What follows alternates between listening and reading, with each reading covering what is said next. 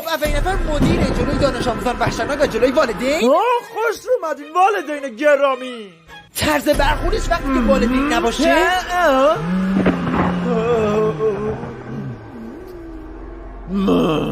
و اما وقتی که باشه. درسته.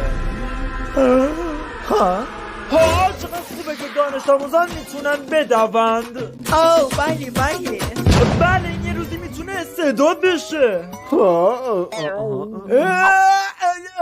از آموزش پرورش دارن میان، خوشگل بشین همه که خوشگل آفرین. و همون باید نقش بازی میکردیم. سلام بچه‌ها، سلام. اینجا مورد تاییده. بچه‌ها از آموزشگاهتون راضی هستی؟ نه اما چیزی که در اصل میگفتیم بله که اینطور با اجازه شما ناظم که هر روز یه سری چیزا رو همش تکرار می‌کنه.